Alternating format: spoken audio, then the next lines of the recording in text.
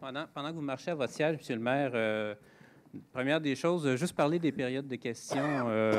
Je comprends qu'il faut avoir du contrôle un peu peut-être sur la première période parce qu'elle précède tout le travail que vous avez à faire. Là. Vous utilisez déjà votre temps, M. Grenier. Hein? Vous avez 5 minutes. Fait que je pense que vous devriez aller au fait. Deuxième question. Vous trouvez ça drôle, M. Berthelot? Oui, j'aime ça rire, moi.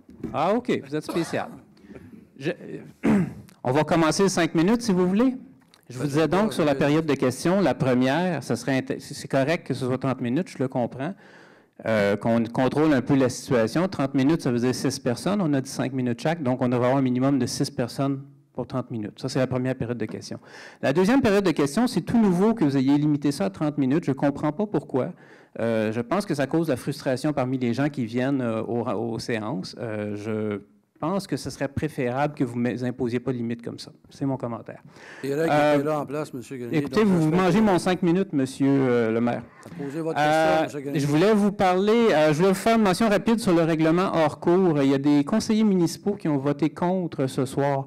Un règlement hors cours, j'espère que c'est à notre avantage, mais s'il y a des conseillers qui ont voté contre, je pense que c'est essentiel. Ils n'ont pas le choix de nous exprimer qu'est-ce qui se passe, qu'est-ce qui fait qu'ils ont voté contre. Alors, j'aimerais qu'autour des conseillers, on nous explique pourquoi on a voté contre. Maintenant, vous vous doutez bien que je viens vous parler du fonds de roulement. Alors, vous avez tenu une réunion le 26 juin, vous m'aviez dit. Je vous écoute. Alors oui, M. le maire, on a préparé un document que je vais remettre à M. Grenier qui va être vraiment l'explication sur le fonds de roulement, article de presse concernant le dossier également. Ça nous a permis aussi de regarder, de nous comparer à l'ensemble des villes du Québec. Et on se rend compte que ce soit au niveau du service de la dette, de l'endettement total sur notre richesse foncière ou sur nos unités d'évaluation. La ville de Saint-Jean se retrouve au 4e rang sur 11, ce qui veut dire qu'on est en excellente position.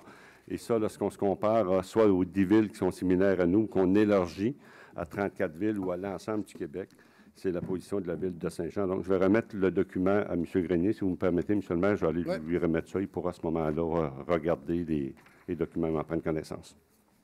Est-ce que dans ce document-là, M. le maire, on va encore me dire que s'emprunter de l'argent soi-même, ça ne coûte rien? Il y a une présentation qui a été faite à l'ensemble des membres du Conseil ce soir. Tout le monde en a pris connaissance. Tout le monde va pouvoir digérer le document que M. Berthelot vient de vous remettre. Et M. Grenier, chacun a son opinion. Là. Non, ce n'est pas une opinion, c'est purement technique. Moi, je veux dire que l'opinion, votre opinion à vous, vous pouvez avoir une opinion. Ce n'est pas une opinion, mais ce n'est pas nécessairement nécessairement l'opinion du Conseil. Monsieur le maire, ce n'est pas une opinion. Dans les dernières semaines et dans un article du Canada français, on a prétendu que s'emprunter à soi-même, ça ne coûtait rien. Je vais vous donner un exemple fictif. Je veux m'acheter une auto. Ça donne bien, j'ai eu une bonne année, et j'ai un surplus de 5 000 $. Mais ça donne aussi que j'ai un solde de 5 000 $ sur ma carte de crédit. Je croise mon banquier l'autre jour et il me dit « Hey, je suis prêt à te prêter pour ton auto à 3 %. Qu'est-ce que je fais? Je réponds à mon banquier « Regarde, je vais m'emprunter à moi-même, puis je vais laisser le solde courir sur ma carte de crédit. » Est-ce que c'est ça qu'on est en train de faire, M. le maire? Si vous me permettez, M. le maire, je vais vous donner un exemple réel. Moi, le meilleur conseil que je peux vous donner, investissez jamais l'argent d'un auto, louez-le, c'est une économie. J'ai 40 ans dans le domaine, je peux vous dire. C'est ce que oui. Vous pensez que je fais quoi? Je rembourse ma carte de crédit ou je fais un emprunt à la banque? C'est un choix qui vous appartient. Je vais juste répondre, M. le maire, parce qu'on ne s'entendra jamais. Moi, je vais vous parler M. Berthelot. Juste un exemple concret. Oui, non, je vais vous laisser répondre, mais là, c'est parce qu'à un moment donné, j'ai la question. Là. On parle, vous me posez la question, votre carte de crédit puis l'automobile, c'est un choix personnel. Et je vais vous parler d'un exemple. Écoutez, ce n'est pas une question d'opinion, c'est purement technique. La carte de crédit qui est à 20 %, le prêt qui est à 3 %, il y en a un qui est moins cher que l'autre. Puis je pense que tout le monde dans la salle comprend ici, là. Et vous l'avez dit, vous avez vendu l'automobile, donc vous savez comment le financement fonctionne. Moi, je ne jetterai pas, je le louerai. Je vais vous parler d'un exemple concret, M. le maire, qui va être bref. Là, vous faites il y avait un programme, M. le maire, que les gens peut-être ici ont utilisé, qui s'appelait le régime d'accès à la propriété, le RAP.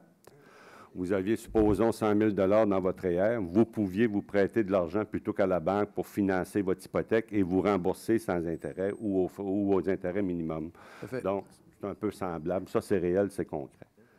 J'en rajouterai pas plus. Monsieur, je pense que M. Grenier a les chiffres entre les mains. C'est des chiffres.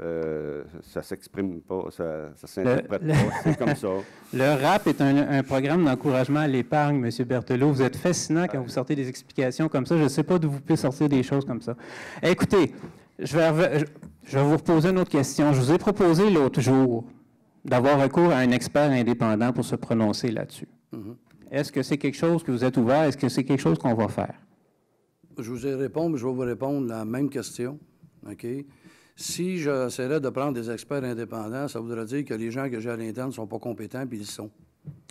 Alors, à partir du moment qui est là, si je juge que les gens que j'ai à l'interne ne sont pas compétents, la preuve, c'est qu'on est quatrième. Monsieur le maire, voilà. Je vais faire quelque chose.